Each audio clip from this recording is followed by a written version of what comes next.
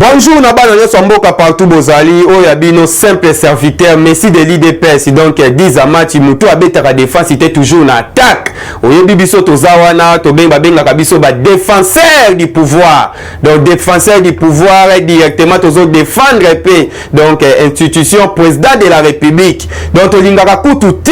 Toyokao, Fatia Beti Boyata Ngungi. Donc, directement, Biso Toko réagir. Alors, ce que Moni Lelo présence dans la Awaïza directement, pour la koyebisa bino o ezoleka actuellement na kabali oyo bazo préparer kabala mweza na ndenge nini il faut boyeba ke na minute oyo population peuple congolais bango pe bakomi mwana incertitude bazo yepa na biso batuna ka biso ba leader d'opinion na bango o bazoka ba information ndenge nini boye parmi ba information o bazo tuna biso par rapport ya banquete o tozo mona ezoleka na kati ya mboka momona keti moko ya boye pa elimwe kaka boye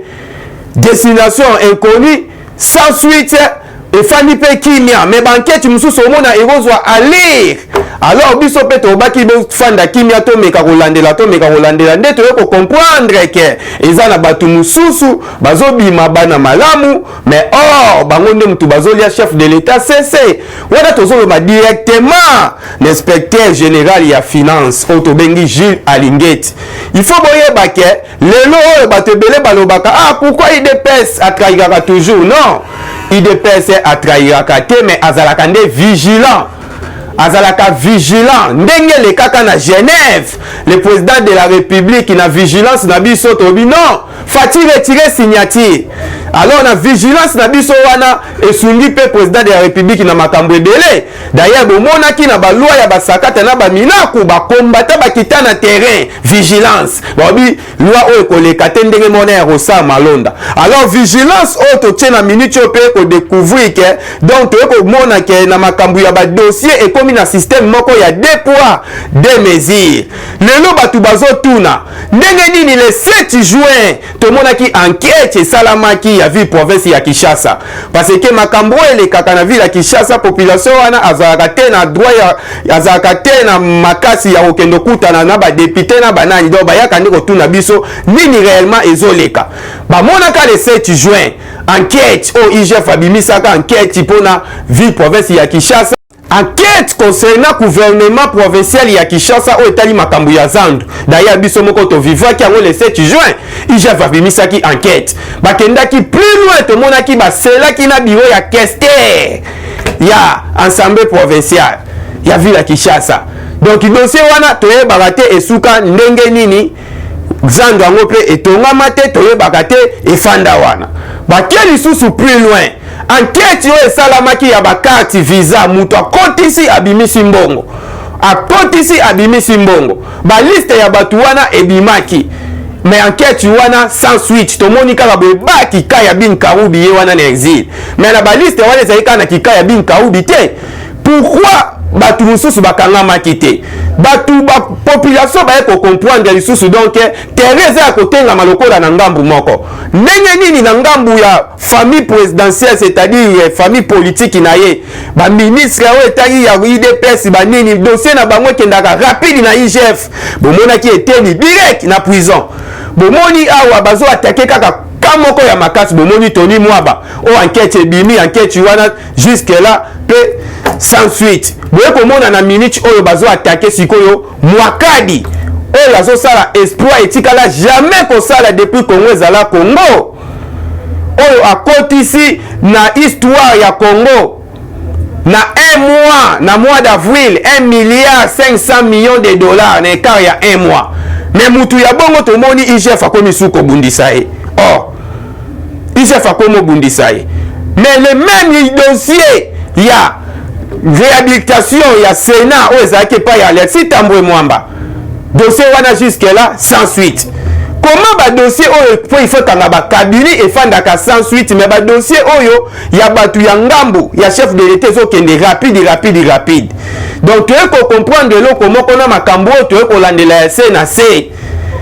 papa Gilles Alingeti il faut éclaircir biso azana plan nini oyo azo préparer parce que bon moko zo beta na ba voyage oyo azo kende kosala boyebi ba 2020 pourquoi ba wande ko sala ba voyage wana te 2021 ba voyage wana bande ko sala mate kaka 2022 otozana une année avant élection ba voyage ekomi ba Londres ba États-Unis makambu nini yozo kende koleka kuna alors biso na minute oyo tozali sul ko ya lisu tozali sul ko ya lisu boyebi mutu oyo biso tokoki ko protéger le quoi chef de l'état na minute oyo ezate parce que tozi information bazolinga babwa ke la président Ber donc bon moko ko beta malokwa ya Moïse Katumbi na Kabila à l'époque donc système iwana domo na ko la ngana sala ba enquête abatela kaka batu ya kana ina démissionner parce que na jusque là na opposition na ngambu na bango na ngambu opposition candidat azate alors biso pe tozolandela makambu na CNC si réellement yonde ba proposer candidat na bango po obeta chef de l'état ba kuba ekobima biso to meisara butu bimero te na IDPS pe mutu ya c'est définitif azalakate une fois mutu a BBC ba otio libanda oh yo pe utozaki ya IDPS te bien sûr yo ozalaki oyo travaillaki na régime ya kala fatinde ayaki na yo de façon que vision au changer to mona ki na bandela li ezaki mususu meteo ko mona ke non okomi ko dérouter donc place moko kaka nde ozo attaquer Nicolas Kazadi Tony Mwaba Mwakadi ya DGI mais dossier ya Go Pass o ebimaki pombo ya famille ya Kabila baza kuna na kati dossier wana elala Foner dossier ebimaki elala ba dossier o bato ya Kabila baza na kati ba dossier wana okendaka nango te na rapidité donc pe ces exemples Congo hold up ba bibisi dossier awa na dossier ya Congo hold up famille Kabila tu na kati mais déclaration na yo yebi bien Gilles Lingeti olobi yo na dossier wana na za preuve moko te ya détournement ya famille Kabila na dossier wana mais loko batu déjà basali yo to balambe yo déjà ba pesi yo passe mais soki ezalaki kaka na ngambu moko boye oatake directement nde toyei comprendre mutu oyo aza na bakomi sikoyo na ambition donc bakomi koprépare ye donc à un moment donné okoyoka bu na démissionner apesi raison moko ya lokuta parce que bazoko famille président de la République azokotela batu na ye or eza lokuta or eza déjà plan yango tozomettre yo à gare donc tous les dossiers tozana posa ok nango tina suka banda nanu ya oya zandu o bandaki po ebike ya zandu ezala ngobila c'est kabiliste ngobila c'était kabiliste ekatani po oyebike dossier ya bakati visa so ok nango tina suka bata Kabila ba okama mebele dossier ekatani po oyebike dossier ya réhabilitation ya sala Sénat yango toyebisi yo na minute oyo biso na population les sel muto tozo pesa confiance na minute oyo na mboka ezaka chef de l'état donc yo leki confiance au tête pesa ka Dieu donné Kaluba ya cour constitutionnel kala lelo oyo alors loko moko tepe ko zanga lelo mandoke balukela yo pe balukeli yo par rapport ya biloko na ucho cité awa déjà biloko moko ya clarté. Donc il faut clarifier le chef de l'État où tu es Kagame. Donc il faut clarifier position ya soutenir M23 il faut clarifier. Et c'est quand nous besoin tozali kopesa bino mbote na kombo ya tous les peuples congolais toye awa na Lumbangu pona ko dénoncer carte ya mabe ndeko Gilles Lingeti azali ko beta premier chef de l'État. Gilles Lingeti a commis na ba excès de zèle na musala nyonso Gilles Lingeti aza kosala batu nyonso Gilles Lingeti azali ko attaquer comme ba miyibi ezali kaka ba collaborateur chef de l'État totikala komona ta Gilles Lingeti ngolo moko te attaquer ba kabiliste ba yebaza na pouvoir tilelo to mona ki Gilles Lingeti akay ko attaquer ministère ya EPST combien de fois Gilles Lingeti a taxé Excellence Tony Mwaba en tant que muyibi azo de tourner mbongo ya l'État mais akenda kiko kutana na mutu mayele mutu abwanya ko azali d'ailleurs maître avocat akoka kolonga yete Gilles Lingeti asuka wana te Gilles Lingeti akenda ko attaquer ministre ya finance oto bengi na kombo Excellence Nicolas Kazadi.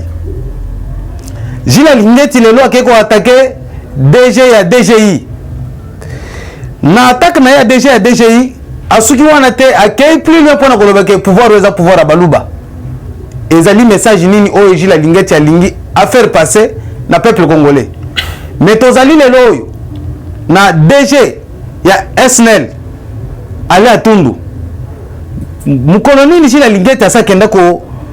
enquêter société wana Gilles Alingeti ata mukolo moko te atikala ko pesa biso rapport ya gestion ya ville province ya Kinshasa. Alors tozali komona que Gilles Alingeti alinga Alexa mukili mobimba que non ba miyili oyo baza ko yiba mbongo na Congo ezali kaka ba collaborateur ya chef de l'état yango tazali ko yebisa bino peuple congolais bozala vigilant tozali ko senga na président de la république chef de l'état ameka ko changer biso mutu mususu na place ya Gilles Alingeti puisque tozali ko tala lolenge Gilles Alingeti azali ko tambola ezali lolenge ya malamu te. Ok, merci beaucoup bandeko balandi ya sango na biso ya sango ya Congo ndenge tozali koloba na bino nous sommes toujours au service ya peuple congolais pour le kotalisa biso lolenge nini mboka na biso ezali kotambola pe lolenge nini baye bazali na pouvoir ya ko gérer mboka na biso bazali ko gérer mboka ndenge ndeko awuti koloba wa pona comportement ya inspection générale ya finance oyo ezali dirigé par monsieur Gilles Alingeti oyo alongwe na éthique ya musala na ye oyo epesa melie par le président de la république oyo lelo inspection générale de finance lelo est comme service parmi la service ya présidence de la république mais tozali ko constater que a commis ko dérouter alongwe na vision ya musala na vision ya président de la république lelo a commis ko s'approprier tâche ya inspection générale ya finance pour se faire ba million na sima ya mukongo ya président de la république et loko tokotikala kotika yango te ata soki mokete to constater oui bande ko bazali ko landa biso mais tozali ko constater que depuis que monsieur Gilles Alingeti azali au service ya inspection générale ya finance tous les ministres tous les entreprises au bazali ko travailler dans le bon sens ce sont eux que Gilles Alingeti azali ko attaquer bango chaque fois. Des fois on se demande il est au service de qui? Tozali ko constater que parmi bilan il y a président de la république chef de l'état Félix Antoine Tshisekedi Tshilombo tozali ko comptabiliser il y a la gratuité de l'enseignement lelo tozali na augmentation des budgets et national biloko wana nyonso pona Gilles Alingeti et CP Gilles Alingeti plutôt et CP Lisakayete apparemment pourquoi na lobi bongo c'est parce que ba attaque na yenyo so kenda kaka toujours na bato bazali ko défendre vision ya président de la république dossier de konabiso utiko loba awa ya SP ya monsieur Tony Mwaba ministre ya enseignement primaire secondaire et technique le professeur le monsieur a été toujours attaqué pourquoi parce que azalaki na lutte na bitumba pe na kati ya musala na ye noble pour ko défendre gratuité ou ezalaki projeté par le président de la république à Lobino nous allons défendre la gratuité jusqu'au bout. On a constaté que ndeko komaki traumatisé par l'inspection générale des finances ce qu'on landeli après quelques temps tente de te dénoncer babafi oji la bandaki kosala yemoko jila leki à Lobino ezalaki message nde lekaki mabe c'est parce que bato comprenaki biso bien te il faut boye ba ete monsieur Tony azwaki mbongo te mbongo ezalaki na ba aye ko pesa explication après mais sango se ke ndaki na barimer oya pesa ki na peuple congolais que Tony moi ba détourner mbongo parmi les 16 millions où ezalaki loué na Tenafep il y a année passée. Alors nous avons constaté encore lelo na DGI parmi les entreprises publiques, il y a l'État. Et les entreprises où ils allaient la mobilisation, il y a recette locale DGIT. Mais les lots, j'ai la ligne à cette impression que DGI ils allaient travailler ma bé, DGI ils allaient détourner bongo. Il faut y a traquer batukuna. Souci na yensi koyo pour être à fragiliser vision, la détermination. Au DGI azanango pour être augmentation ya budget et ça les maka à chaque année. Peuple peuple congolais s'est retrouvé, salaire ya enseignant et mata, salaire ya fonctionnaire et mata 70%, les lobby tombala est ya mboka na biso ezali financé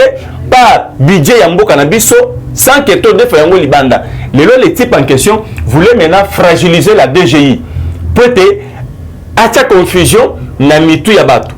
Yango tozali ko senga na Gilles Linguet, en tout cas esengeli la zone na sim. Parce qu'on ne doit pas accepter cette histoire, on ne doit pas les laisser passer. Parce que trop c'est trop. Cette fois-ci, nous voulons que Gilles Linguet azonga na musala na ye, o epesa melie. Asala musala le connaît église au milieu du village. Azara la partie privée. Mais le type en question, on a constaté que oui, a combien d'ambition na ye. C'est comme si Alinga s'est fait grand. Pourvu que Atiana Mitsu a Congolais que tout ce qui se passe dans ce pays, et le président de la République, Félix Antoine Tshisekedi Tshilombo, c'est Gilles Alinguet Tebena, ou Alinguet qu'on soit les devant, comme si c'est lui qui gère la République. Non! Donc, Sengeli Bandeko Bisika Bozali Kolanda Biso, tout réfléchir ensemble. Total le Lengembo Kezali Kokende. Le président de la République se bat dans le Lenge Moussous. Mais ma collaborateur, Oyatie, à l'objet, je ne serai pas mesure à ça la tout est. Gilles Yopé Téléman a connu tel pote peut-être à Kébami. Mais là où ma marche est allée au Salem, Gilles a touché à Kakunate. Mais Bissika, vérité Zali. Bissika Bazali ko travaille dans la vision chef de l'État, mais Bissika Gilles Alinga Kisikoyo a fragiliser. C'est-à-dire, il n'est pas d'accord avec Bato Bazo travailler dans la vision chef de l'État alors. Donc, il doit cesser avec ce genre de comportement, sinon pas pour qu'il a été temps. Yango to lobi boye monsieur Gilles Linguet talasima zonga mutu service ya IGF lelo oyo zole ko betere nango tolo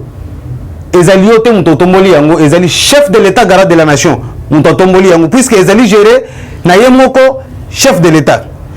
yo Gilles Linguet oliko la kisangili mo gozo sala musala mala mezo sala musala mala mute à l'époque à Kabila ozaka na service oyo apport na yo ezalaki nini osalaki nini tozali ko constater kaka ba secteur oyo ezali ko pesa ba réalisation ya malamu oyo ezali ko travailler même à 70% pour le chef de l'état za na discours na 2023 nde bato wana yo zolinga okende ko décourager yango tolobi Gilles Lingeti tolingi komona rapport ya les gestion ya gouvernement provincial oyo ezali dirigé na Monsieur Ngubila to tikala ko yoka yote ke ko auditer Ngubila ata mongolo moko te sinal bato bazo lala molili libanda tozo mona to tay ko mona dernièrement ba câble na lupango ya mutu esomba maka pona kwa alimenter kaluka tilelo ba dénonciation salama ya lolenge na lolenge avi na yo to tikala ko yoka ngote Monsieur Gilles Lingeti. Alors yo bisika oyo yo zomona ke bato bazali ko travailler pour ko apporter discours na chef de l'état tomona ka gestion ya Kabila il y a 3 ans kolongwa depuis 2001 2002 2003 budget mboka ezalaka combien mais lelo na gouvernement ya Sama Lukonde une année ya pamba budget elongo de 4 milliards jusqu'à 11 milliards oyo ezali kosala ke ba fonctionnaire nyonso ya l'état lelo salaire na bango e mata na secteur ya enseignement primaire tomoni awa gratuité de l'enseignement depuis chef depuis Kabila Zaki pendant 18 ans atikala concédé ministère wana te même na allié na ye mais UDPS aux affaires bazui ministre